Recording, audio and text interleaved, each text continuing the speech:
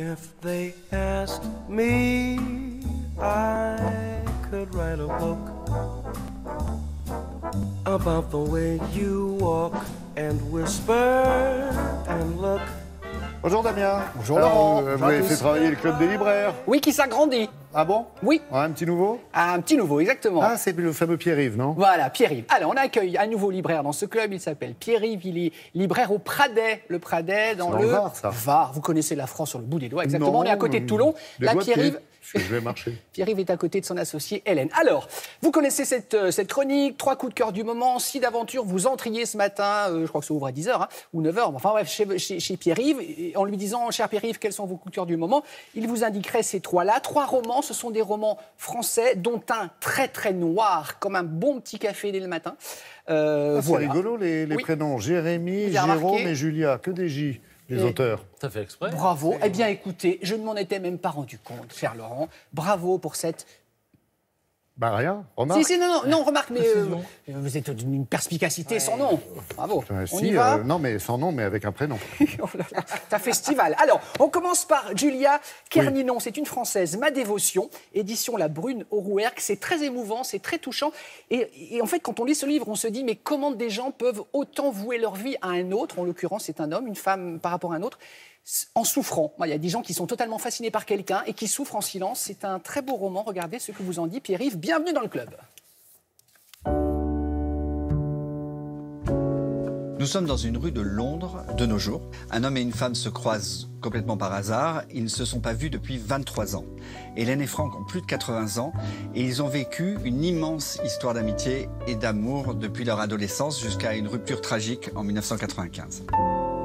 Et là, dans cette rue de Londres, Hélène décide de raconter à Franck leur histoire, sa version de l'histoire, et de lui révéler enfin un terrible secret.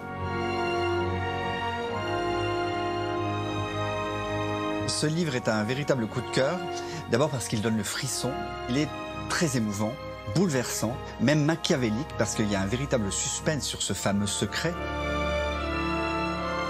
Et surtout, il y a cette histoire, cette dévotion de cette femme pour cet homme qui, lui, est d'un égoïsme à toute épreuve. À travers une écriture fluide et raffinée, Julia Kerninon nous offre un des grands romans de cette rentrée littéraire. Mon deuxième coup de cœur, un roman absolument passionnant, À son image, de Jérôme Ferrari aux éditions Actes Sud. Antonia est photographe, elle vit en Corse. Une nuit, elle prend sa voiture, a un accident et elle meurt. La messe d'enterrement est célébrée par un prêtre qui est aussi le parrain d'Antonia, celui qui lui a offert son premier appareil photo et a bouleversé sa vie puisqu'il lui a donné cette passion de l'image. Le roman se déroule sur la durée de cette messe et à travers les souvenirs des uns et des autres, on va découvrir toute la vie de cette femme vouée à la photographie. C'est un roman d'une richesse incroyable, extrêmement bien écrit.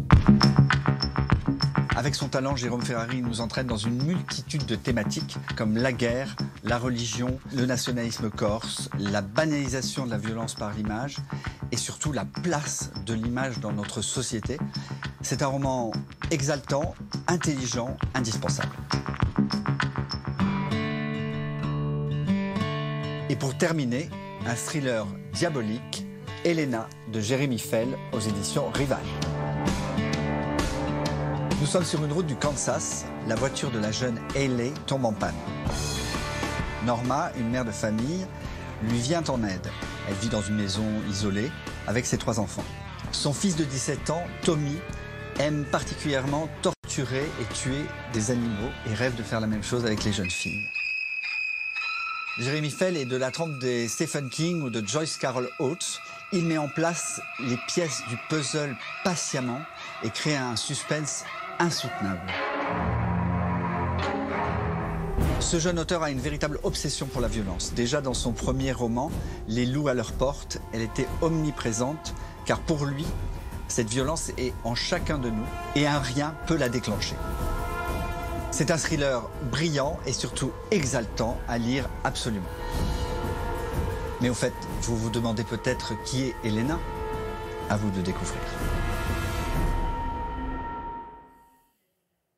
Elena, coup de cœur absolu. Laurent Malraux, attention, âme sensible, s'abstenir. C'est très, très noir, c'est très violent.